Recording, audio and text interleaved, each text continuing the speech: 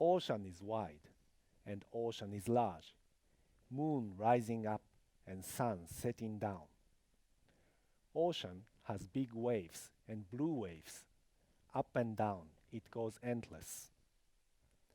Letting a small boat float on the water, I want to travel to overseas countries. This is a popular children's song in Japan. My mother used to sing this song for me and my brothers when we were kids. I can still hear my mother's high pitched voice in my ear as she sang this song. I grew up at the seaside in my hometown of Kobe. My father taught us how to swim, flutter kick and frog feet, breaststroke and crawl, backstroke and then butterfly.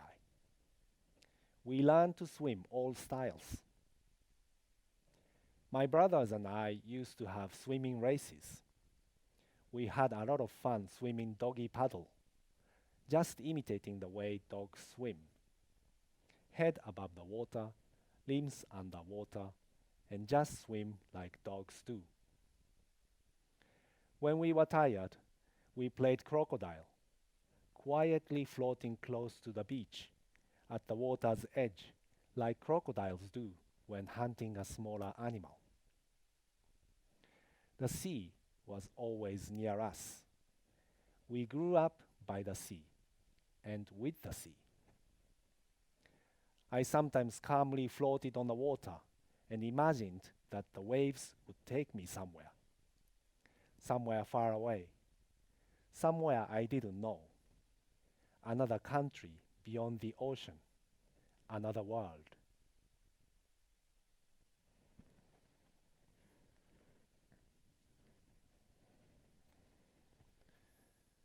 In 2009, after moving to Taiwan, I made a short film called Phantom Island. The images depict an artificial island floating in the sea. Perhaps the most important element in the film is a sentence referring to the location of the filming. Phantom Island was filmed in the East China Sea off Taiwan, in the territory between the People's Republic of China, the Republic of China Taiwan, and Japan.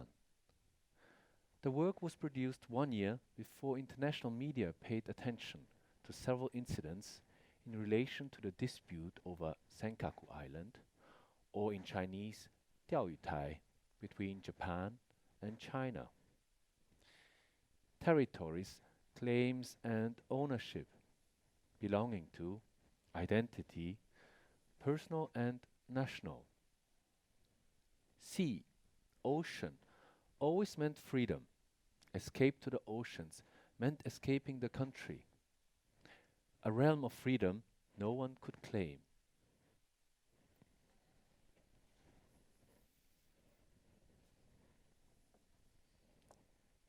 It started with the Europeans in the age of discovery, sailing to the east, creating new trade routes. The claim of sovereignty over parts of the sea began. Sea as a nation's territory and possession. At that time in the 17th century, the Dutch jurist Hugo Grotius published a book on international law called Mare Liberum, formulating the principle that the sea was international territory and that all nations should be free to use it. International meaning European, and free meaning in the interest of trade, commerce, and exploitation, creating the foundations of what would become colonialism. For hundreds of years, this was the foundation of the notion freedom of seas, until the last century, with its 2 world wars and new expansions, claims, and disputes concerning water as territory. Only since 1982, with the with the United Nations Conventions on the Law of Seas, does an agreement exist that defines the sea as part of a nation. The seclusion edict by which Japan entered so-called sakoku, the period of the country's self-isolation, was written in 1636 by two commissioners of the port city of Nagasaki. Point 1. No Japanese ships may leave for foreign countries. Point 2. No Japanese may go overseas. If anybody tries to do this, he shall be killed, and the ship shall be confiscated. Point 3. If any Japanese returns from abroad after residing there, he must be put to death. Point 4. No Westerners are allowed to remain in Japan. Any foreigner who remain shall be killed. Point 5. If any Japanese have adopted the offspring of Westerners, they deserve to die. Nevertheless, such adopted children and their foster parents will be handed over and deported. With these decrees, Japan entered a period of self-isolation for 220 years, until the commander of the United States Navy arrived in 1853 with a number of warships and demanded that Japan open up to trade. An end to seclusion, a beginning of expansion, and a colonial, imperial Japan.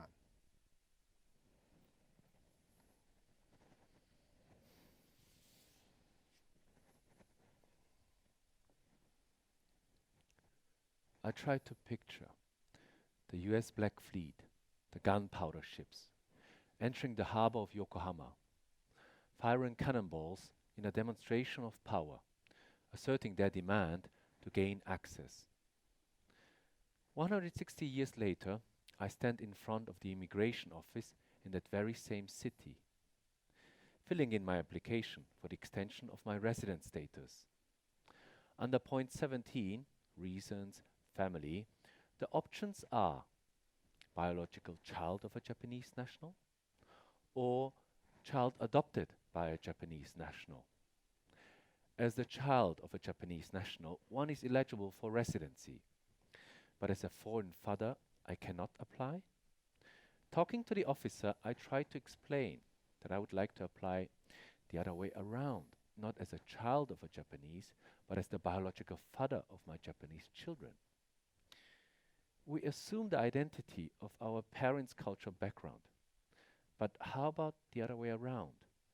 Can we as adults not be influenced by our children's identity and be part of their culture?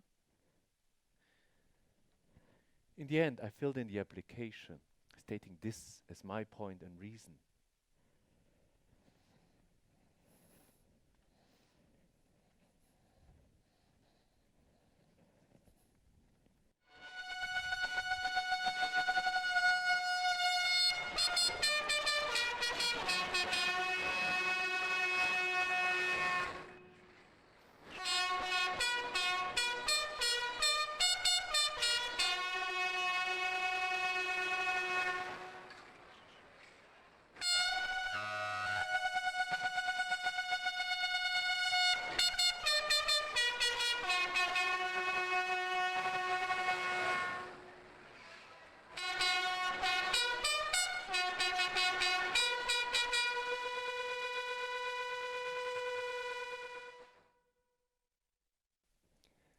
The lowering of the flag ceremony at the Wagah border between India and Pakistan has been a daily military practice of the border security forces.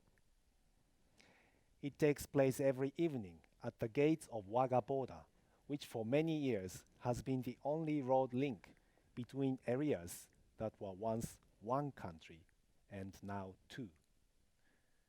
The ceremony starts with a blustering parade of the soldiers from both countries. They perform a precise choreography with elaborated movements and exaggerated gestures, as if they were engaged in a dance-off, with the crowd howling and cheering their performer on. As the sun sets, the iron border gates are opened, while the marching band and their trumpets accompany the simultaneous lowering of the two nations' flags. This is both a symbol of the two nations' rivalry and of the mutual respect and brotherhood between them. The ceremony ends with a handshake between the soldiers from both sides.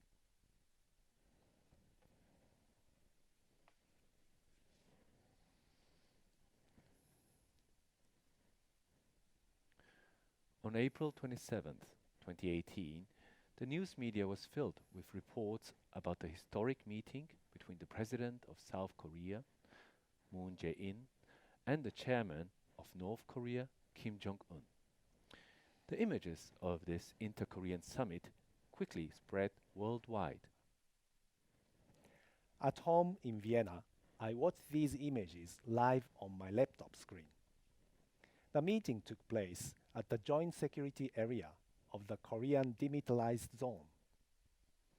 We see the North Korean chairman Kim walking down the stairs, accompanied by a group of bodyguards in black suits, to the borderline where the South Korean President Moon was waiting. The two men meet with kind smiles on their faces, with surprisingly friendly attitudes.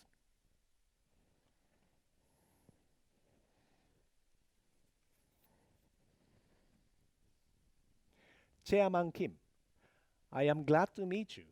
I am so glad. President Moon, was there any difficulty coming here? No, not at all. It's a pleasure to meet you. Indeed, I am so filled with excitement because of the meeting at this historic site. And I am moved that you have come all the way to receive me at this military demarcation line at Panmunjom. It was your bold and courageous decision that has allowed us to come this far. No, not at all. We have made a historic moment. Yes, I am pleased to meet you. Would you please step over to this side? Then Kim Jong-un stepped across the border, where the both leaders posed for photographers. In his welcoming words, President Moon asks, "You have come to the south side. When will I be able to come to the north?" Well, maybe this is the right moment. In this improvisational act, Kim then takes Moon's hand, and together they step over the boundary to the northern side. As this happens, a group of photographers in both the north and the south are running in and out of each other's frames, making sure they are not standing behind the leaders in one another's photographs. Almost like a well-orchestrated ensembles of performers appearing on and off stage on cues. With these steps, history was made, was one of the headlines on that day.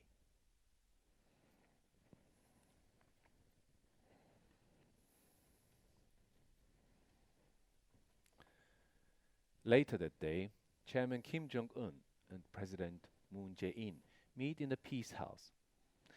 The entire venue has been especially converted and decorated in keeping with this symbolic and historic moment. Entering the building, they are greeted by a painting of Mount Bukhan by the artist Min Jung-ji. It depicts the mountains in northern Seoul as a symbolic invitation to Kim Jong-un to the South Korean capital. Kim asks, What technique was used to paint this? Moon replies, "This is Western style painting, but it was painted in our traditional Asian technique." Uh-huh.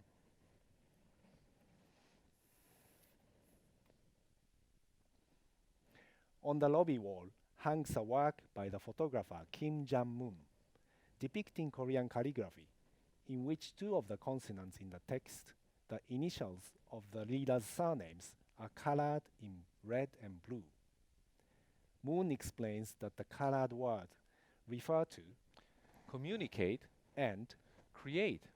upon which Kim replies, "You carefully considered such details."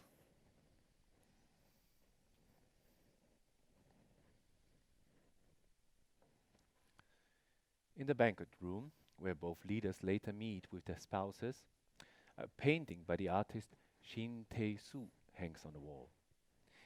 It depicts the scenery around Junyang Island, the sea that surrounds the peninsula, as a symbol of both and one Korea. Gonpei.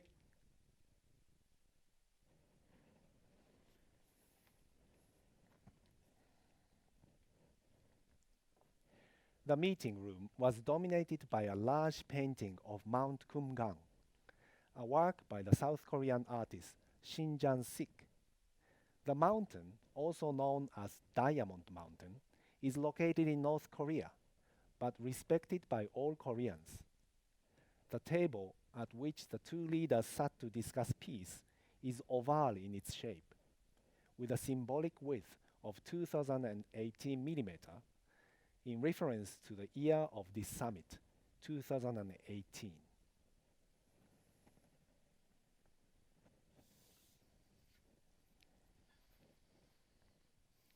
In the summit room, there are two clocks. One shows the time in Pyongyang, the other one in Seoul. For Kim Jong-un, it was a painful wrench to see these two clocks with different times, upon which he decided to change the time in North Korea in alignment with Seoul. It was in fact Kim who created the time difference by ordering North Korean clocks to be moved back 30 minutes in 2015. In his words, he did this to erase the Japanese colonial past and to celebrate the 70th anniversary of the country's liberation from Japanese rule. In fact, there is no international authority that approves or determines a country's time. Each country can choose its own time. Even though the Earth keeps spinning at 460 meters per second, one rotation being 24 hours as a day, 365 days as a year, time is man-made.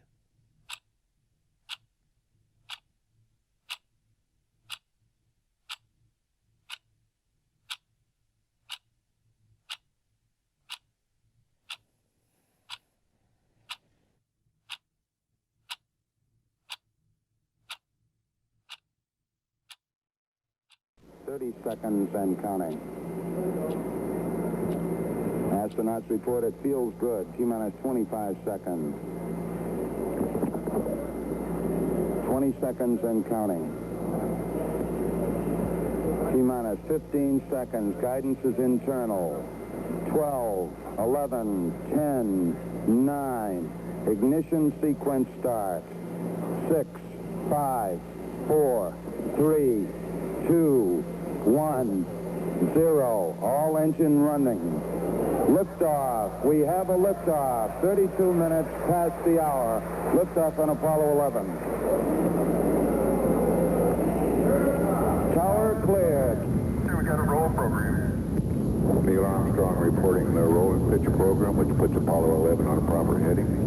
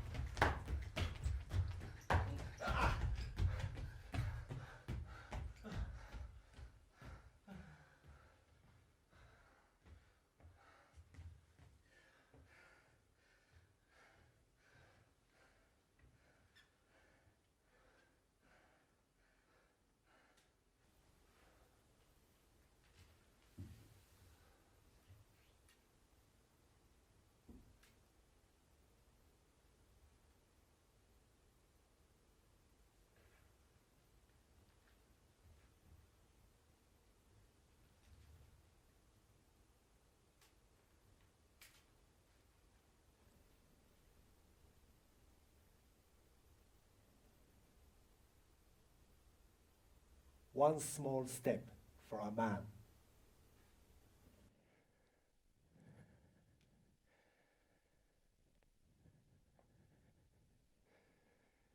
Giant leap for mankind.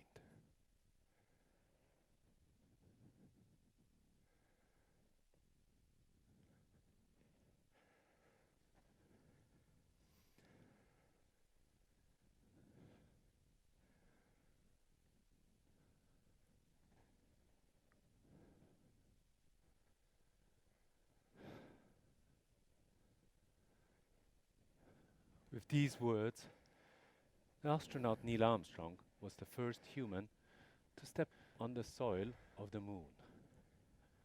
And even though I've heard these words many times, and reciting them has something banal about it, I cannot really picture a human setting foot on the surface of another planet. Perhaps the events are so much in the past, like a story that people tell or a story we read in history books without experiencing it ourselves. Or perhaps the notion itself is still too abstract. In the preparations for the moon landing, there were countless discussions on who should take the first step, Neil Armstrong or Buzz Aldrin. It is generally assumed that the main reason for choosing Armstrong was that the people in charge considered him to be more capable of dealing with the success that comes with being a hero. After being applauded and celebrated all around the world, Neil Armstrong took a giant step backwards and retreated into private life. On the other hand, Buzz Aldrin had trouble dealing with being second, but also his fame. He felt that there was nothing more beyond the horizon, no more challenges. A race of nations to put the first man on the moon, a competition of men and their egos. Ironically, even though Aldrin was the second man, it is in fact his image that we know and remember as the man on the moon, as all of the photos were taken by Armstrong, who was in charge of the camera.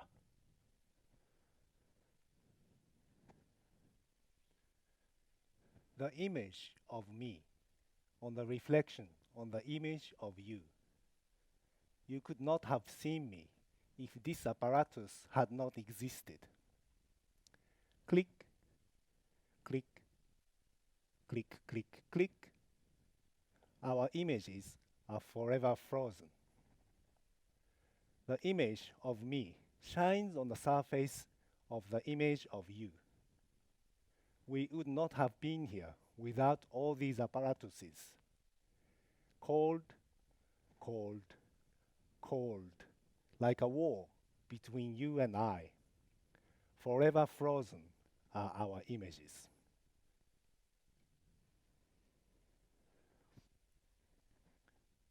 "8 years before the first man landed on the moon, there was a first man in space, Yuri Gagarin, a man who believed in mankind and who looked and looked in outer space and saw no God around. A man who saw that the earth was so blue and so beautiful. A man who died in an airplane crash 1 year before the first man landed on the moon. He never saw the image of the man on the moon. 4 years before the first man in space, there was a first dog that traveled to space, Laika, a dog that probably didn't believe in mankind, who looked and maybe saw God around. A dog that saw the earth in black and white, because dogs are colorblind. But maybe she thought the earth was beautiful anyway. A dog that died during the actual flight, 12 years before the first man landed on the moon. She too never saw the image of the man on the moon.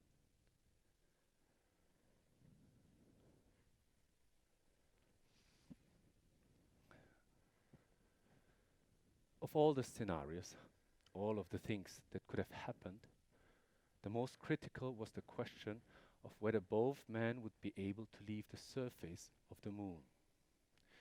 For such an eventuality, President Nixon's speechwriter had prepared a text.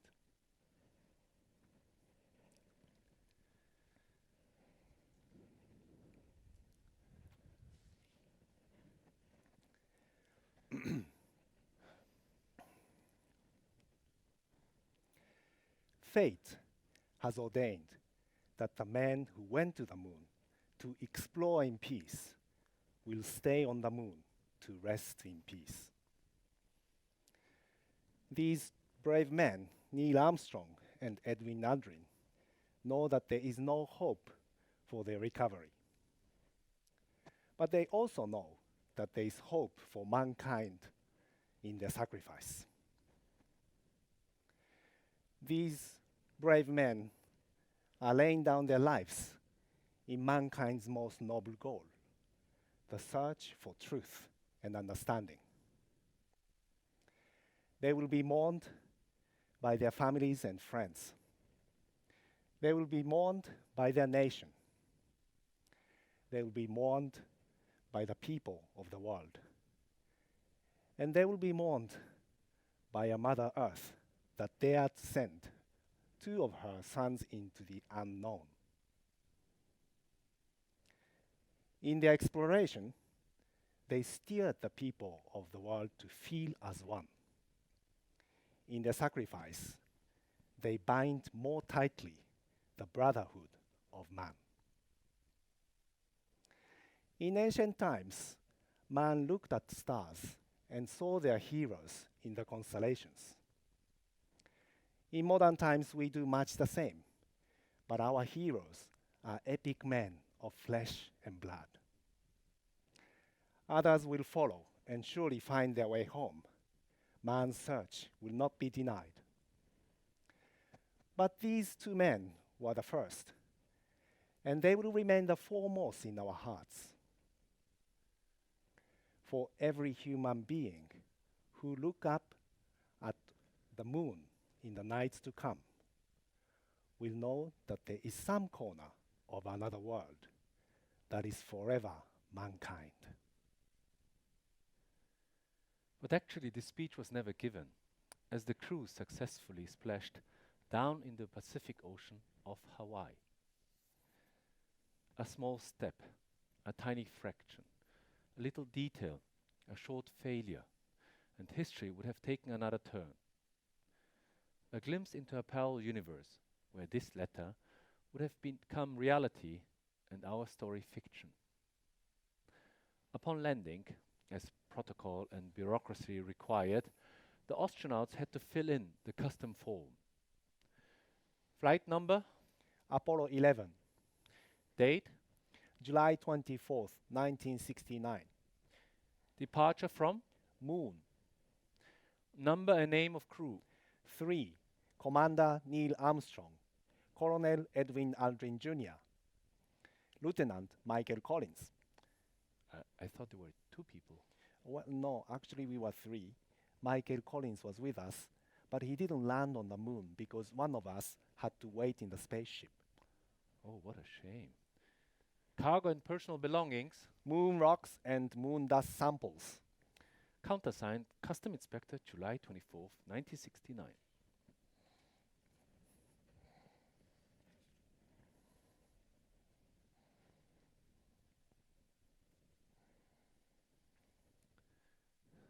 Even though they landed in such a beautiful surrounding, in the tropical islands of Hawaii, they couldn't leave and not go home.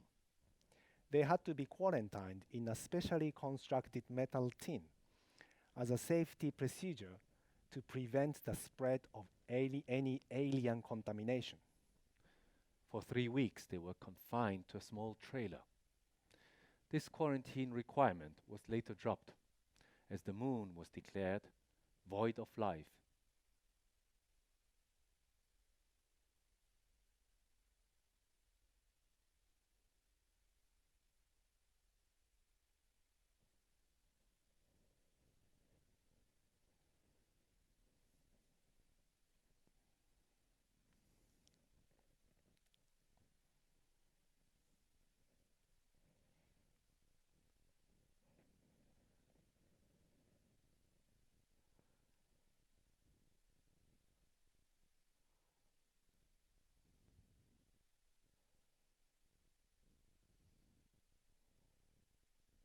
Welcome back to Earth.